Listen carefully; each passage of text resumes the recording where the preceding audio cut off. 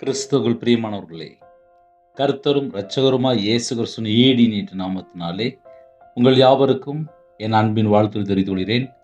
தேவன் அருளிய அப்பம் பிரேயர் மினிஸ்டர் மூலியமாக உங்களோடு சந்திப்பதில் மிகுந்த மகிழ்ச்சி அடைகிறேன். தினம்தோறும் அதிகால வேளையிலே பரிசுத்த வேதாந்தத்திலிருந்து ஒரு பகுதியை நாம் தியானித்து நம்முடைய குடும்ப பாதுகாப்பிற்காக நாம் ஜெபித்து வருகிறோம். அதிகால வேளையில் அபிஷேகங்களை பெற்றுக்கொள்ள, தேவனுடைய கிருபை பெற்றுக்கொள்ள புதிய நாளிலும் இணைந்திருங்கள். யாக்கோபு 1 அதிகாரம் 21, 22 ஆகிய வசனங்களிலே, ஆகையால் நீங்கள் எல்லாவித அழுக்கையும் கொடிய துர்க்குணத்தையும் ஒழித்துவிட்டு உங்கள் உள்ளத்தில் நாட்டப்பட்டதாயும் உங்கள் ஆத்துமாக்களை இரட்சிக்க வல்லமை உள்ளதாயுமாயிருக்கிற வசனத்தை சாந்தமாய் ஏற்றுக்கொள்ளுங்கள். அல்லாமலும் நீங்கள் உங்களை வஞ்சியாதபடிக்கு திருவசனத்தை கேட்கிறவராய் மாத்திரமல்ல, அதின்படி செய்கிறவர்களாயும் இருங்கள். ஹல்லேலூயா. வீட்டில் கண்ணாடி இருக்கும். அந்த கண்ணாடியில் போய் பார்ப்பாங்க, முகத்தில் ஒரு பரு இருக்குது, இந்த இடத்துல ஒரு பூச்சி கடிச்சிட்டு, இந்த இடத்துல கொஞ்சம் கருப்பாக இருக்குது, இந்த இடத்துல கொஞ்சம் எண்ணெய் வடியுது, இன்னும் நல்ல முகத்தை கழுவணும் அப்படின்னு சொல்லுவாங்க. இது எல்லாமே கண்ணாடியில் பார்த்து அது சரி செய்யாமல் போயாச்சு அப்படின்னா கண்ணாடியில் பார்த்து பிரயோஜனமே இல்லை. கண்ணாடியில் பார்க்குறோம், ஆமாம் அந்த இடத்துல லைட்டாக ஒரு கட்டி மாதிரி இருக்குது அப்படின்னா அது கொஞ்சம் மருந்து போடுவாங்க. ஆவிக்குரிய வாழ்க்கையிலே வசனத்தை நம்ம கேட்குறோம், அதை சாந்தமாக ஏற்றுக்கொள்ளணுமா. ஏற்றுக்கொண்டால் மட்டும்தான் நமக்கு அது பலன். வசனம் எனக்கு தெரியும் அப்படின்னு சொல்லிட்டு அப்படியே கிளம்பி போயிடக்கூடாது. அந்த வசனத்துல என்ன போட்டிருக்கு, அதே போல நம்ம வாழ்றதுக்கு அர்ப்பணிக்கும் போது நமக்கு ஆசீர்வாதம். ஞாயிற்றுக்கிழமை சர்ச்சுக்கு போறோம். சர்ச்சுக்கு போயிட்டு திங்கக்கிழமை, செவ்வாய்க்கிழமை, வெள்ளிக்கிழமை அப்படியே சனிக்கிழமை வரையே போகும்போது நம்முடைய ஆவிக்குரிய வாழ்க்கை தடுமாற்றம் இருக்கா, இல்லை அதே போல இருக்கா? அதை நம்ம கண்டுபிடித்தால் நம்மை நாம் சரி செய்து கொள்ள முடியும். அதுக்கு நம்ம என்ன செய்யணும் அப்படின்னா, அனுதினமும் கையில் பைபிள் எடுத்து வாசிக்கணும்.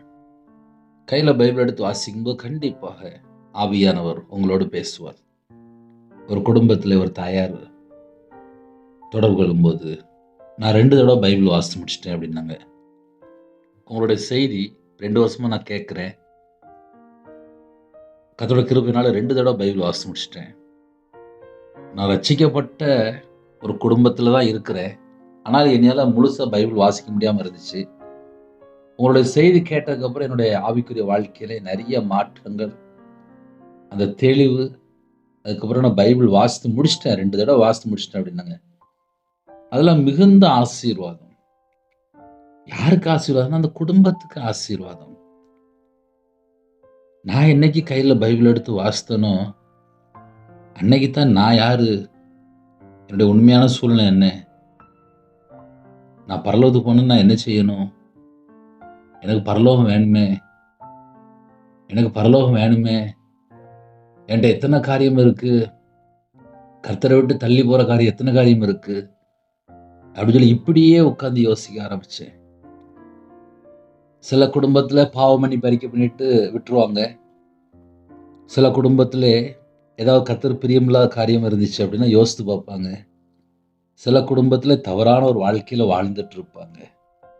சில குடும்பத்தில் யார் பேச்சையும் கேட்க மாட்டாங்க. சில குடும்பத்தில் வைராக்கியமாக இருப்பாங்க. வைராக்கியமாக இருப்பாங்க அப்படின்னா சாகர வரி வைராக்கியமாக இருப்பாங்க. பைபிளில் பல முறை வாசிப்பாங்க, ஆனால் வசனத்தின்படி வாழ்க்கை இருக்கா அப்படின்னு சொல்லி கேட்டால் ஒரு பெரிய சந்தேகம்தான். ஏன் அதை சொல்ல வேண்டியிருக்கு அப்படின்னா, 70 வயசு 75 வயசு ஆயிருக்கும், ஆனால் சில குடும்பத்திலே வீம்பு வைராக்கியம் உள்ளே இருக்கக்கூடாது. ஏன்னா பரலோகத்துக்கு போய் சேரணும் அப்படின்னா வீம்போ வைராக்கியமோ புறங்குறதோ எரிச்சலோ கோபமோ கசப்போ இருமாப்போ முறுமுறுக்கிறதோ எதுவுமே இருக்கக்கூடாது. அப்ப இது எல்லாம் நம்ம கையில பைபிள் எடுத்து வாசிக்கும் போதுதான் நம்முடைய ஆவிக்குரிய நிலைமை எப்படி இருக்கு.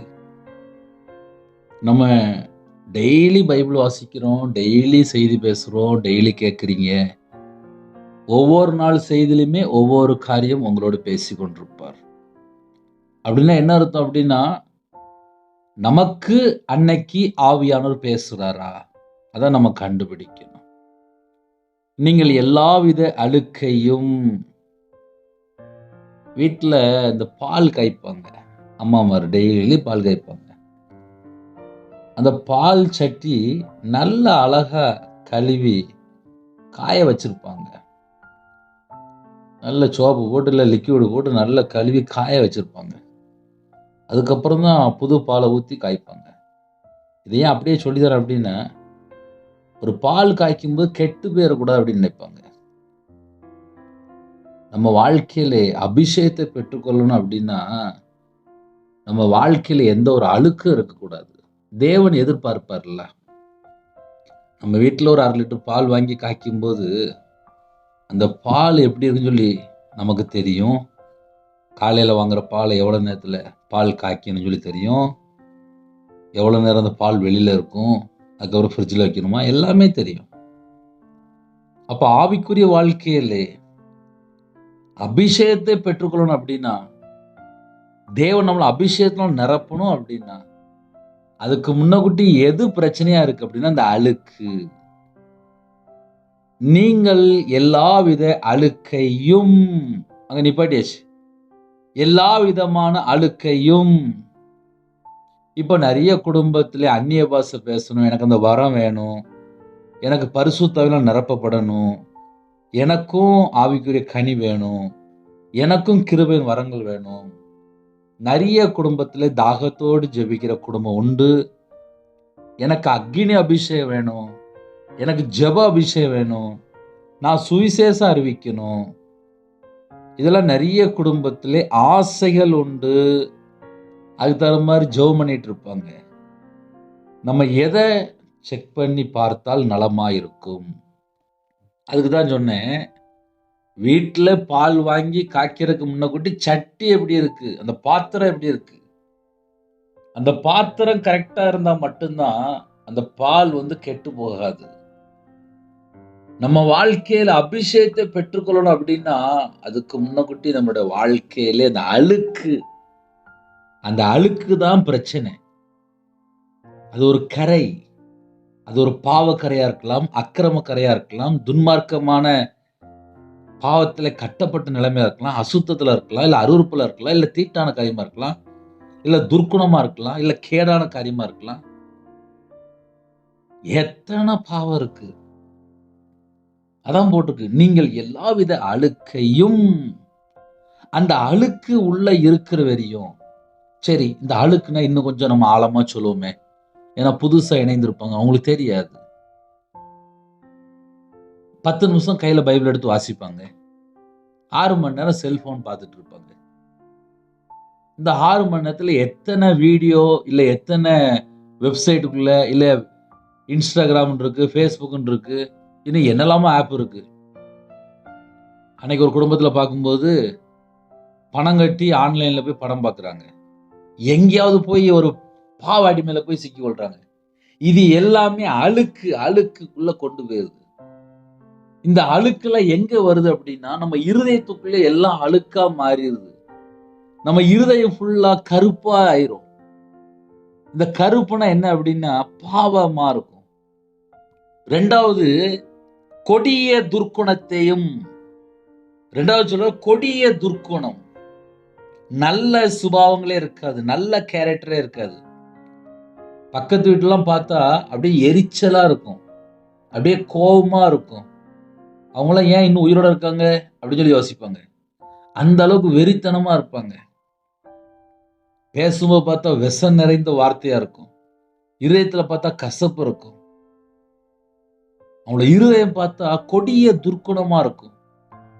அப்ப அந்த கொடிய துர்க்குணம் ஒரு மனுஷனுடைய வாழ்க்கையில இருக்குமானால் அது அவங்கள கரப்படுத்திட்டு இருக்கும். எல்லாவித அழுக்கையும் வீட்டில் நம்ம உள்ள போகும்போது எந்தெந்த ரூமு கிளீனாக இல்லை, எந்தெந்த ரூம்லாம் கிளீன் பண்ணணும், வீடு இப்படி குப்பையாக இருக்குது அப்படிம்பாங்க. முதல்ல அந்த குப்பையெல்லாம் கிளீன் பண்ண, அந்த அழுக்கெல்லாம் கிளீன் பண்ண அப்படிம்பாங்க. நம்ம இந்த கடைசி காலத்திலே தேவனுக்கு பிரியமானபடி வாழணும் அப்படின்னா கொஞ்சம் ஆராய்ந்து பார்க்கணும். இந்த வீடியோ நம்ம காலையில் தான் நம்ம நெட்டில் அனுப்புகிறோம். காலையில் தான் எல்லாரும் கேட்குறீங்க. எனக்கு ஒரு குடும்பத்திலே ஜபகுறிப்பு வந்துச்சு. அப்போ ஜபகுறிப்பு என்னன்னு சொல்லி கேட்கும்போது, அவங்க வேறு கண்ட்ரியில் இருக்கிறாங்க. அந்த நாட்டிலேருந்து எனக்கு ஒரு ஜபகுறிப்பு வந்துச்சு. அவங்க விரும்பி திருமணம் முடித்தாங்களாம். கிட்டத்தட்ட 23 வருஷம் 21 வருஷம் தாண்டிட்டு நான் வேறு நாட்டில் செட்டில் ஆகிட்டேன். எங்கள் அம்மா அப்பாவெலாம் நான் இன்னும் போய் பார்க்கல. நான் விரும்பி திருமணம் முடித்ததுனால என்னோடய வாழ்க்கை ஃபுல்லாக விக்கிரத்துக்குள்ளே போயிட்டு, நான் வாலிப வயசில் ரட்சிக்கப்பட்ட பிள்ளை தான். திருமணம் முடிந்ததுக்கப்புறம் ஆலயத்துக்கு போக முடியாது. ஆனால் வீட்டில் ஒரே ஒரு பைபிள் இருக்குது. என்னோடய வாழ்க்கை ஃபுல்லாகவே வீட்டில் நேரம் இருக்கும்போது படம் பார்ப்பேன், இல்லை டிவி ஆனில் இருக்கும். ஒரு நாளைக்கு ஒரு 6 மணி நேரம் செல்ஃபோனில் நான் இப்படி தான் பார்த்துட்ருக்குறேன். உங்கள் வீடியோ தற்சமயமா திடீர்னு பார்த்தேன். அந்த செய்தி எனக்கு தொடப்பட்டுச்சு. அன்னையிலேருந்து நான் செல்ஃபோன் டிவி பார்க்குறத வெறுக்க ஆரம்பித்தேன். நான் ஒரு நாளைக்கு 6 மணி நேரம் கிட்ட ஆன்லைனில் இல்லை டிவி செல்ஃபோனு ஃப்ரெண்டுன்னு சொல்லி 6 மணி நேரம் 8 மணி நேரம் மினிமம் உட்காந்துருப்பேன். அந்த 6 மணி நேரம் 8 மணி நேரம் அந்த டயத்தை வேஸ்ட் பண்ணுறதுலாம் நான் எல்லாத்தையும் மாற்றிட்டு பைபிள் வாசிக்க ஆரம்பித்தேன். கிட்டத்தட்ட 2 மாதம் ஆச்சு. ஒரு பாதி பைபிள் வாசித்து முடிச்சிட்டேன். இதை உங்களுக்கு சொல்கிறதுக்காக தான் நான் அடித்தேன். நான் வாலிப வயசில் ரட்சிக்கப்பட்ட பிள்ளை தான். இத்தனை வருஷம் என்னோடய வாழ்க்கையிலே எனக்கும் தேவனுக்கும் எந்த ஒரு தொடர்பும் இல்லை. நான் இஷ்டம் போல் ஒரு வாழ்க்கையை வாழ்ந்துட்டு இருந்தேன். கர்த்தருடைய கிருபையினாலே இந்த செய்தி எனக்கு ரொம்ப பிரயோஜனமாக இருந்துச்சு.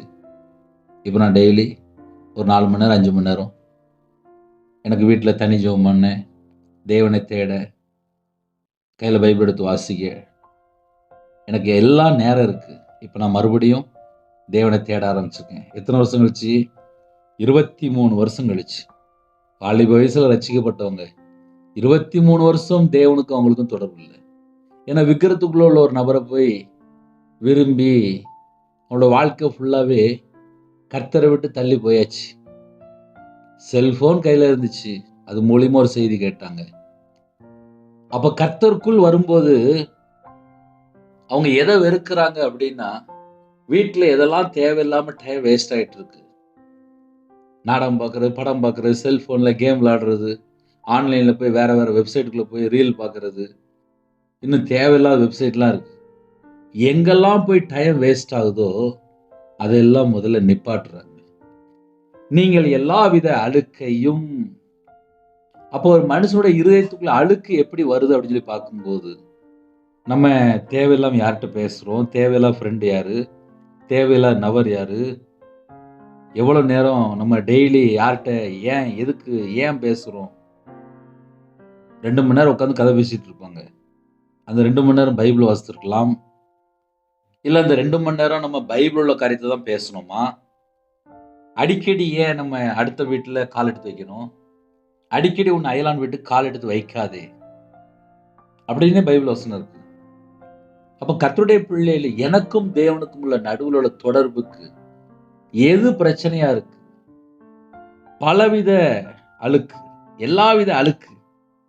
இந்த பலவிதமான அழுக்கு உள்ள வந்துட்டு அப்படின்னாலே அது அவங்கள கரைப்படுத்திட்டு இருக்கும். அது பலவிதமான காரியங்கள், எல்லா விதமான துர்க்குணம், கொடிய துர்க்குணம். இதுதான் ஒரு மனுஷனுடைய வாழ்க்கையில ஹையஸ்டான பிரச்சனைக்குள்ள காரணம். இது ஒரு குடும்பத்தில் சரி பண்ணியாச்சு அப்படின்னா அந்த குடும்பம் கண்டிப்பாக ஆசீர்வாதமாக இருக்கும். அதனால் காலவெளியில் ஆனால் என் வீடு ஆசீர்வாதமாக இருக்கணும் அப்படின்னா லைட்டாக செக் பண்ணி பாருங்க. வீட்டில் தேவையில்லாத ஃபோட்டோ என்ன இருக்குது, தேவையில்லாமல் வீட்டில் என்னென்ன காரியம் இருக்குது, பக்கத்து வீட்டில் ஏதாவது ஒரு பொருள் நம்ம வீட்டில் இருக்கா, அவங்க பார்த்தா விக்கிர வழிபாட்டில் இருப்பாங்க, அதை கொண்டு நம்ம வீட்டில் வச்சுருப்பாங்க. இப்போ நிறைய வீட்டில் பக்கத்து வீட்டில் என்னெல்லாமோ வாங்கி வச்சுருப்பாங்க. சாபத்தீடானதுல எதுவுமே நம்ம வீட்டுக்குள்ள இருக்கக்கூடாது. அப்ப நீங்கள் எல்லாவித அழுக்கையும் கொடிய துர்க்குணத்தையும் ஒழித்து விட்டு அப்படின்னா, பக்கத்து வீட்டுல எந்த ஒரு பொருளோ இல்ல சொந்தக்காரங்களோ இல்ல தேவையில்லாம எந்த ஒரு பொருளோ நம்ம வீட்டுக்குள்ள வரக்கூடாது. இப்ப நிறைய வீட்டுல என்ன பண்ணுவாங்கன்னா ஓசியில வாங்கிட்டு வந்து வைக்கிறது. கேட்டா அது அவங்க வீட்டுல சும்மா தானே இருக்கு, அது நம்ம வீட்டுல இருந்து போடுமே அப்படிப்பாங்க. எந்த ஒரு பொருளுமே அடுத்த ஆளுக்குள்ள பொருள் நம்ம வீட்டுக்குள்ள வரக்கூடாது. உங்க குடும்பம் ஆசீர்வதிக்கப்படணும் அப்படின்னா கொடிய துர்க்குணம் சொல்லி போட்டிருக்கு. கொடிய துர்க்குணம்னு என்னதும் அர்த்தம்? அடுத்த ஆளுக்குள்ள பொருளை ஆசையோடு பார்க்கறது, இச்சையோடு பார்க்கறது, எனக்கு அது வேணும், பிடிங்கிட்டு வர்றது, இது எல்லாமே கொடிய துர்க்குணம் தான். பக்கத்து வீட்டில் போய் பேசுவாங்க, அவங்க வீட்டில் அது நல்லா இருக்கு, அப்போ என் வீட்டில் இது வேணும். அவங்க வீட்டில் அது இருக்கு, என் வீட்டில் இது வேணும். பார்த்ததெல்லாம் ஆசைப்படுறது கொடிய துர்க்குணம். இந்த கொடிய துர்க்குணம் உள்ள இருந்துச்சு அப்படின்னா அவங்களால ஆவியில வளர முடியாது. ஏன்னா இதெல்லாம் நிறைய வீட்டுக்குள்ள கிடக்கு, அவங்களுக்கே தெரியாது. நம்ம வேலை செஞ்சு உழைச்சி சம்பாதிச்சு வாங்குறது வேற, அடுத்த வீட்டை ஆசைப்பட்டு வன்கண்ணில் பார்த்து அது நம்ம வீட்டில் இல்லையே ஏங்கி அதை போய் நம்ம பார்த்து கொண்டுறது வேற. அப்ப கொடிய துர்க்குணம் அப்படின்னா நம்முடைய எண்ணங்கள், நம்முடைய சிந்தனைகள், நம்முடைய இருதயம், நம்முடைய குணங்கள் எப்படி இருக்கு? நம்ம கிறிஸ்துவுக்குள் ஜெனிப்பிக்கப்பட்டதுக்கு அப்புறம் நற்கிரியை தான் செய்யணுமா? அப்போ நற்குணம் தான் இருக்கணும். இந்த துர்க்குணம் எங்கெல்லாம் உள்ள வருதோ அங்கெல்லாம் ஒரு அசுத்தம் தான் இருக்குமே தவிர பரிசுத்தம் இருக்காது. ஒரு மனுஷன் ஆவியில வளரணும், ஆவியில வாழணும், ஆவியில இன்னும் நான் வளரணும் அப்படின்னு சொல்லி ஆசைப்பட்டால் சகலவித எல்லாவித அழுக்கையும் கொடிய துர்க்குணத்தை, இந்த சகலவித அழுக்கெல்லாம் உள்ள கிடந்துச்சு, கொடிய துர்க்குணம்லாம் உள்ள இருந்துச்சு அப்படின்னா ஆசீர்வாதத்துக்குலாம் தடை இருக்கும். வீட்டில் இந்த துர்க்குணம் எங்கெல்லாம் இருக்கோ அந்த வீட்டிலலாம் சத்துரு ஆட்டோமேட்டிக்கா ஈஸியா உள்ள வந்துருவான். இப்ப நிறைய வீட்டில் எனக்கு சில ஜெபக்குறிப்புலாம் வரும். நான் இந்த மாதிரி கெட்ட சொப்பனம் பார்த்துட்டேன், நான் இந்த மாதிரி அப்படி பார்த்துட்டேன் இப்படி பார்த்துட்டேன் அப்படிம்பாங்க. எனக்கு நிறைய ஜெபக்குறிப்பு வரும்போது நான் சொல்லுவேன் அவங்களுக்கு, ஒரு மனுஷோட வாழ்க்கையில இருதயம் எப்படி இருக்கு, ஏன் வந்துச்சு, என்ன பண்ணிட்டு இருக்கோம்? என் இருதயம் தேவனோடு தொடர்புல இருந்தால் கண்டிப்பா ஆசீர்வாதம் தான். அதான் ஒழித்து விட்டு நீங்கள் எல்லாவித அழுக்கையும் கொடிய துர்க்குணத்தையும் ஒழித்து விட்டு, இது முதல்ல வெளியில போகணும். எவனை அடிச்சு கொல்லலாம், எப்போ சண்டை போடலாம், எப்போ வம்பு இழுக்கலாம், பகையா இருக்கிறது, காய்மகரமா இருக்கிறது, வீம்பு பேசுறது, வம்புக்கு, இதெல்லாம் இந்த கடைசி காலத்துல அதிகமாயிட்டு வருது. இதெல்லாம் ஒரு மனுஷனோட வாழ்க்கையில இருக்கும்போது அவங்களோட வாழ்க்கை ஆசீர்வாதமா இருக்காது. யாரெல்லாம் கர்த்தருடைய பிள்ளைகள் இணைந்திருக்கிறீங்களோ, கர்த்தருக்கு பிரியமானபடி நம்ம வாழ்ந்தா மட்டும்தான் ஆசீர்வதிக்கப்பட முடியும். உங்கள் உள்ளத்தில் நாட்டப்பட்டதாயும், உள்ளத்துல எது நாட்டப்பட்டிருக்கணும்? வசனம் உள்ள இதயத்துக்குள்ள இருக்கணும். உங்கள் ஆத்துமாக்களை ரட்சிக்க வல்லமை உள்ளதுமாய் இருக்கிற வசனத்தை சாந்தமாய் ஏற்றுக்கொள்ளுங்கள். உங்கள் உள்ளத்திலே நாட்டப்பட்டதாயும், நம்ம இருதயத்துக்குள்ள வசனத்தை வச்சிருக்காரு. அந்த வசனத்தை நம்ம எப்படி ஏற்றுக்கொள்ளணுமா? சாந்தமா ஏற்றுக்கொள்ளணுமா? ஆமா, வசனம் இப்படி போட்டிருக்குல்ல, அப்ப நம்ம இதயத்துல அழுக்கு இருக்க கூடாது இல்ல, நம்ம இதயத்துல துர்க்குணம் இருக்கக்கூடாது இல்ல, நம்ம இதயத்துக்குள்ள கொடிய துர்க்குணம் இருக்கக்கூடாது இல்ல, அது தேவனுக்கு பிடிக்காது இல்ல, அப்படி உட்கார்ந்து யோசிக்கணும். சாந்தமா ஏற்றுக்கொள்ளுங்கள். ஒரு நாளைக்கு ஒரு 5 மணி நேரம் செல்போன்ல தேவையில்லாத வீடியோ பார்த்துட்டே இருந்தா 5 மணி நேரம் வேஸ்டா போயிருதுல்ல, 3 மணி நேரம் வேஸ்டா போயிருதுல்ல. அதுல எத்தனை பேருக்கு நம்ம ஜெபம் பண்ணியிருக்கலாம், எத்தனை குடும்பத்துக்கு நம்ம ஜெபம் பண்ணியிருக்கலாம். கொரோனா நேரத்துல அழுது அழுது அழுது அழுது ஜெபம் பண்ணாங்க, பாசிங் போட்டு ஜெபம் பண்ணாங்க, உத்தரவா எடுத்து ஜெபம் பண்ணாங்க, குடும்பத்துக்கு ஜெபம் பண்ணாங்க, தெருவுக்கு ஜெபம் பண்ணாங்க, தேசத்துக்கு ஜெபம் பண்ணாங்க. இன்னைக்கு அந்த ஜெபம் எங்க போச்சு? இன்னைக்கு அப்படி ஜெபிக்கிற குடும்பம் எங்க போச்சு? இன்னைக்கு ஜெபமும் இல்லை, வேத வாசிப்பும் இல்லை, தேவனை தேடுறது இல்லை, சர்ச்சைக்கு போறது இல்லை. கேட்டா என் வீட்லயே எனக்கு இவ்வளவு பிரச்சனை இருக்கு அப்படிம்பாங்க. அப்போ ஒரு வீட்டுல சின்ன பிரச்சனை வந்துட்டுன்னா தேவனை தேடாம தள்ளி போயிருந்தாங்க. என் வாழ்க்கையில ஒரு 50, 55 லட்ச ரூபா கடன்ல இருக்கும்போது தான் நான் சர்ச்சில் போய் அழுது ஜெபம் பண்ணேன்ப்பா. சொந்த வீடெல்லாம் வித்தேன். நடு ரோட்டுக்கே வந்தேன். வியாபாரத்தெல்லாம் விட்டேன். நகையெல்லாம் எல்லாம் அழிச்சேன். நடு ரோட்டுக்கு வந்தேன். இன்னைக்கு பார்த்தா நான் உயிரோட தானே இருக்கேன். ஒரு மனுஷன் உயிரோட இருக்கணும் அப்படின்னா தேவன் பக்கம் மனம் திரும்பணும். கர்த்தர் பக்கம் மனம் திரும்பியாச்சு அப்படின்னா வாழ்க்கை மாறும். அந்த கொடிய துர்க்குணம் வெளியில போணும். எல்லாவித அழுக்கு வெளியில போணும். அது வெளியில போனாதான் இருதயம் பரிசுத்தமாக்கப்பட முடியும். என் இருதயத்துக்குள்ள அந்த வசனம் 100க்கு 100 இருக்கணும் அப்படின்னா அந்த கொடிய துர்க்குணம் வெளியில போணும். அந்த எல்லாவித அழுக்கு வெளியில போணும். எப்படி வெளியில போகும்? இயேசு கிறிஸ்து ரத்தம் சகல பாவங்களையும் நீக்கி சுத்திகரிக்கும். அப்ப நம்ம இது எப்ப நடக்கு அப்படின்னா நம்ம இருதயத்துக்குள்ள நமக்கு தெரியாம என்னெல்லாம் இருக்கு அதை நம்ம கொஞ்சம் யோசித்து பார்க்கணும். யார்கிட்ட சண்டை போட்டிருக்கோம்? யார்கிட்ட எரிச்சலா பேசுறோம்? ஏன் அன்பு கூற முடியல? ஏன் வைராக்கியம் இருக்கு? ஏன் கசப்பு இருக்கு? ஏன் மன்னிக்க முடியல? ஏன் பரிசுத்தமா வாழ முடியல? ஏன் கையில பைபிள் எடுத்து வாசிக்க முடியல?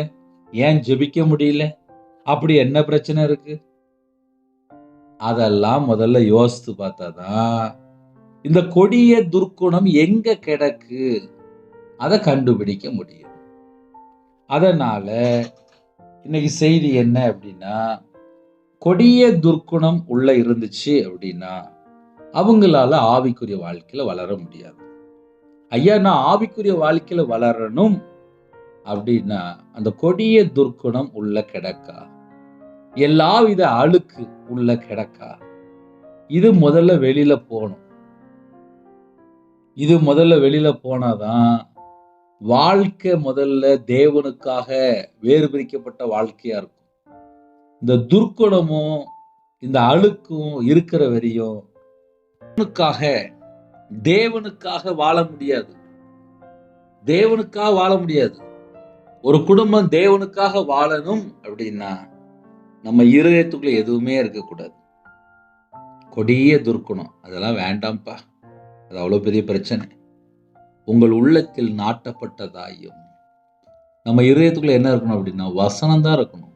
நாட்டப்பட்டதாயும் உங்கள் ஆத்துமாக்களை ரட்சிக்க வல்லமை உள்ளதாயும், ஆத்துமாவை ரட்சிக்க வல்லமை உள்ள வசனம், ஆத்துமாவை ரட்சிக்க வல்லமை உள்ள வசனம்.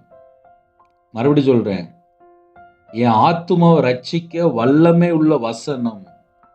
அந்த வசனத்தை சாந்தமா ஏற்றுக்கொள்ளுங்கள். அப்ப இன்னைக்குள்ள செய்தியை சாந்தமா ஏற்றுக்கொள்ளுங்கள். சாந்தமா ஏற்றுக்கொள்ளும்போது என்ன நடக்கும் அப்படின்னா ஆத்துமா ரட்சிக்கப்படுகிறது. ஆத்துமாவை ரட்சிக்க வல்லமை உள்ள வசனம். உங்க வீட்டுல ஒரு டைரி இருந்தா எடுத்து எழுதி வைங்களேன்.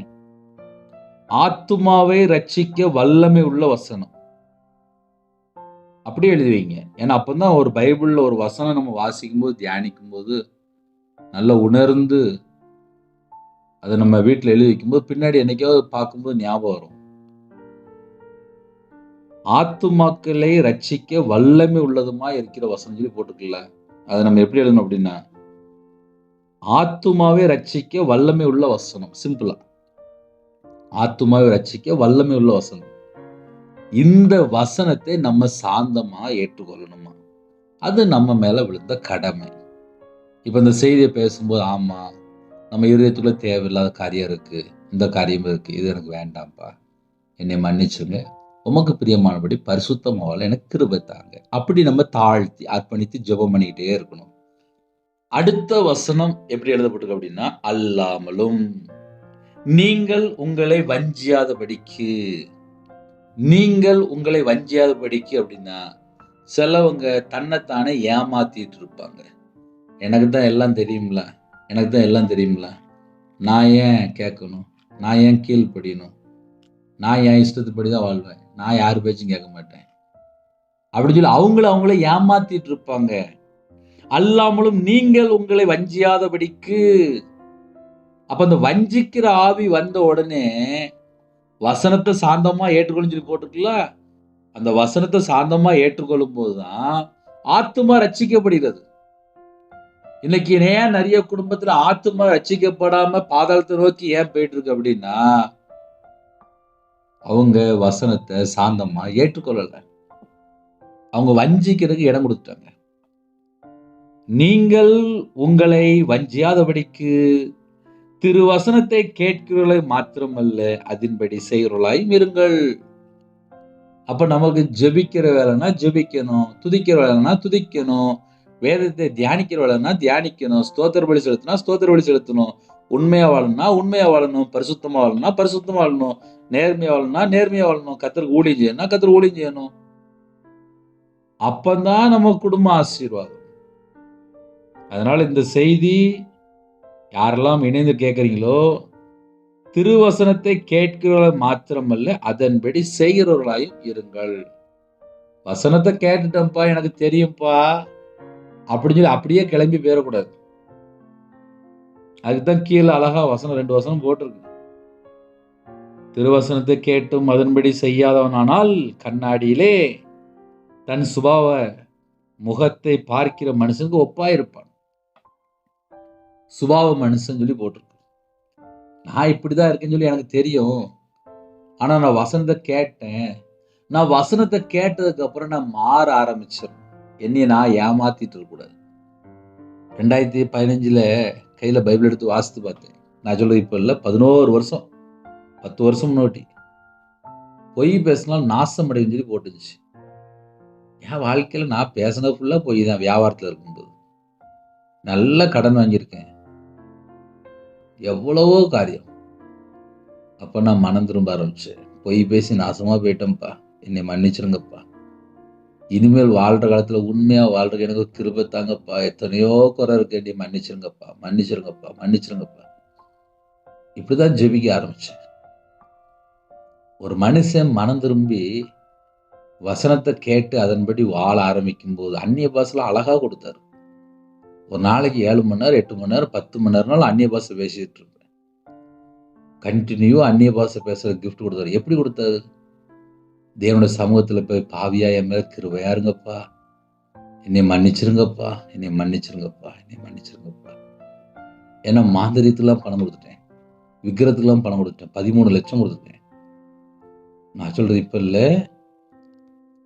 2010 to 2015 ஒரு 13 லட்சம் ஒரு ஆள்கிட்ட கொடுத்துருக்கேன். மாந்திரியத்துக்கு, விக்கிரத்துக்கு, அந்த மனுஷனை நம்பி லட்ச லட்சமா தூக்கி கொடுத்துருக்கேன். எனக்கு மாந்திரியம் பண்ணிக்கிட்டே இருந்தான். ஒரு நாள் அவன் தூக்கு போட்டு செத்து போயிட்டான். எனக்கு யாரு மாந்திரியம் பண்ணிட்டே இருந்தாங்களோ அவன் தூக்கு போட்டு செத்து போயிட்டான். காரணம் என்ன?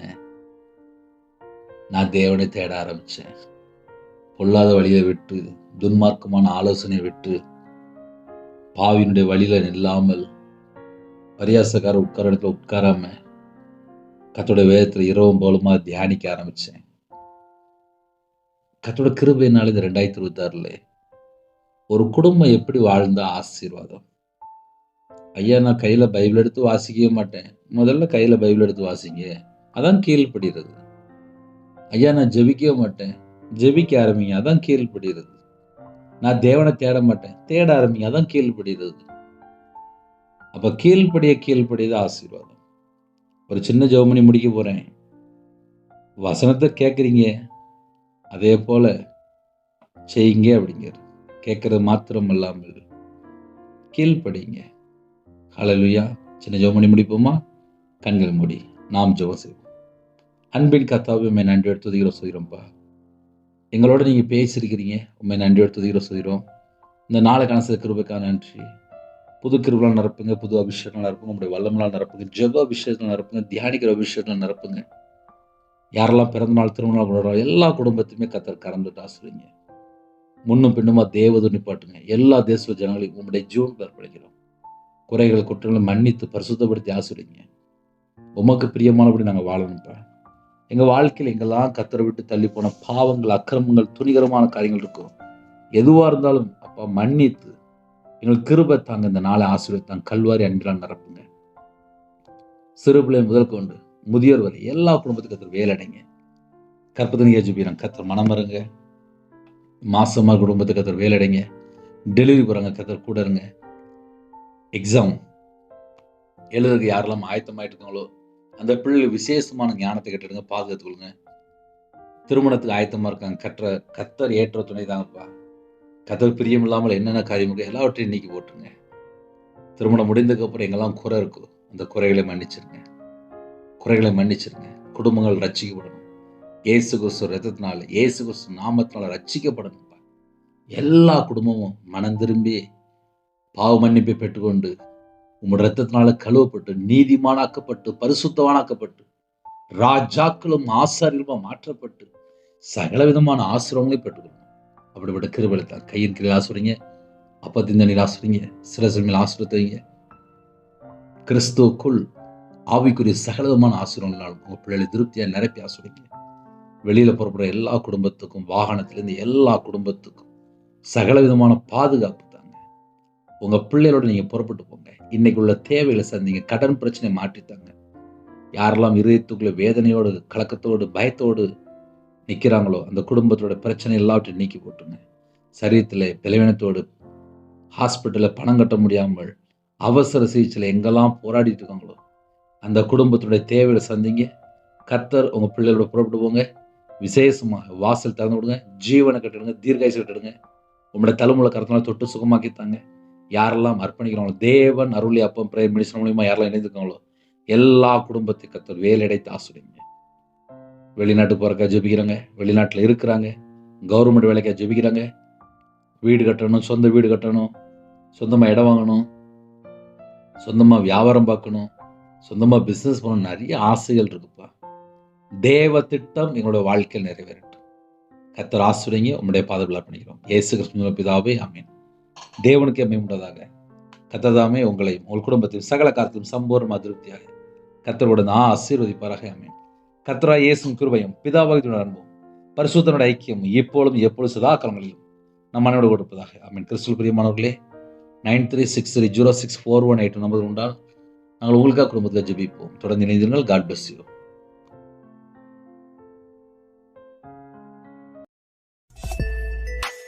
Thanks for watching. Please subscribe our channel. Click the like and share. Click the bell. God bless you.